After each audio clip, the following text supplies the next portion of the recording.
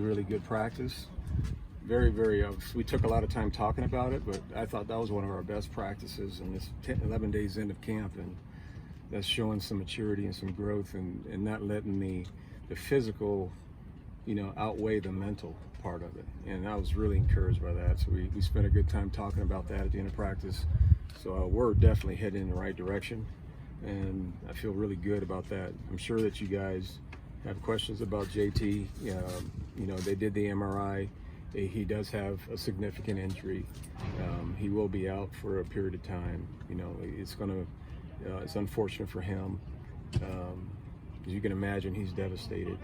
But he's the type of kid, he'll bounce back, and we're going to keep him involved with what we're doing. Hopefully, we're going to travel him, and he'll be with us until he gets back on the road to recovery, and seeing how that process goes. But he'll respond. He feels like he's let down his teammates, and it's that's the kind of guy he is. And he doesn't think about himself. He thinks more about the team, and that tells you that the character and the mindset of this program is changing. They're not thinking about themselves so much. They're thinking about what's best for the team, and he's one of those guys. So, but recapping the day, it was shoot, I'm as pleased as I can be. We had good work, and we did some 2-minute. We did some red zone. We did third downs. We did some run drills. We did a lot of stuff today, and it was a good give and take on both sides. And I see the growth on both sides of the ball really coming together.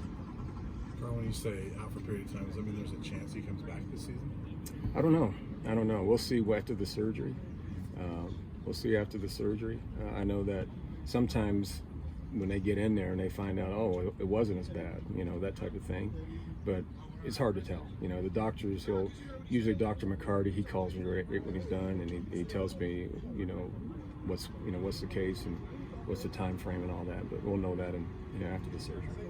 Does Brendan get 100% of the reps now with the ones, and how do you kind of work Drew Carter now in Drew's practice? now our 2. He's our 2, so he gets the 2 reps, and that's something that, how about that, a freshman coming in, and now he's our second quarterback, and that's usually very difficult to get a guy ready in your first year at that position, but it can be done. I've done it before, and he understands the scope of the him needing to bring up his game as fast as we can bring it, because again he's a play away from being in the game if something happens to be loose. So we don't have many answers. I know we have some backup plans as to what we do if we end up having a quarterback issue. That's somewhere down the line. We're in that discussion. We're actually talking with there's a couple guys on our team about some possible solutions for that, but we're going to ride with what we have right now until that happens. How do you balance obviously Brendan's got the running ability, and does an injury like this scare you away as coaches from running him as much, or do you say, hey, we just do our offense and let him be him? We're going to let our offense, we're going to do the things that are great for him, and part of his game is he does great things when he's getting a chance to move around in the pocket and break out of the pocket and all those things. So we're going to try to fit it around what he does best, and I think the biggest thing we're going to coach him about is obviously not trying to run over people like Sam used to do last year, jumping over people and running over people. We're not going to try to do those things, but try to have him be smarter on his decision and how he's trying to attack contact. So I'm going to, obviously that's going to be the emphasis with him. He's completely confident about what he can do. He feels like he's Superman, and really in a way he performs that way at times. So we're happy that we have still a great caliber player that can give us a chance to win each and every week, and he's excited too. He's excited, and he's more motivated than before. Just understanding the responsibility that he has. Can there be a silver lining for Drew, and that maybe this expedites his development? I'm hoping. You and me both. I'm hoping that's the case. I just told him today. He did some good plays today. He made a great play on 2-minute where he got us down in field goal range, and excellent throw over the top of the defender and dropped it in between the safety and the linebacker. And so he has really good qualities. But that's what I told him in front of the team, is that you're a play away from being a guy. So your urgency about what you're doing every day, it's important. You got to start preparing and thinking like you're the starter. Now that you've had 48 hours to kind of that scrimmage and some of the film? Is anything new stood out to you? You know, I thought when you watch the tape, the thing that stuck out from a negative standpoint, I thought, you know, because of their tired legs, I thought the operation on both offense and defense was slow.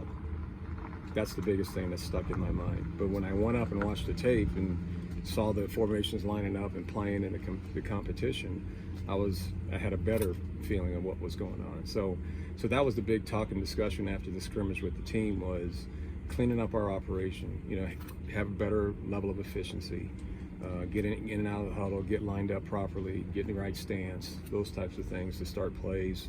You know, those are the things that need to be cleaned up, and those guys have already addressed those things. Karl, just in the aftermath of JT's injury, did you have a conversation with Brendan, maybe just a one-on-one, just talking to him in that aftermath, or did you have a message for him now that he has been thrust into the number one role? Well, no, and I think he knows. You know, this situation was between he and JT to begin with, and now that JT's, you know, has this injury, he knows what the issue is by default. So, in his mind, you know, he was thinking he was the starter anyway. You know, both of those guys. If you interview both of them individually, they would both tell you that, well, I'm ready to lead this team, and he's just being the same guy that he was, whether JT was here or not. And so I didn't need to talk to him. You know, it was more just him working on his game, keep improving, keep stacking great practices, keep getting the ball to your skill, keep making good decisions. You know, those are the things that he's been focusing on, and he's been doing really well with doing that. Do you think it benefits him at all that he gets all the first team reps a couple weeks earlier than he would have if he won the job? I think so. It should. You know, he's getting more reps. Anytime you get more reps than when you're splitting with someone, it's definitely helpful. So, you know, his growth has already been tremendous since that bowl game, and how we're all expecting he's going to continue to just really blossom and climb and be more precise, and, you know, be so much more cleaner in everything that he does from an operational standpoint. So, yeah, he should benefit from that. Thanks, Coach. Thanks.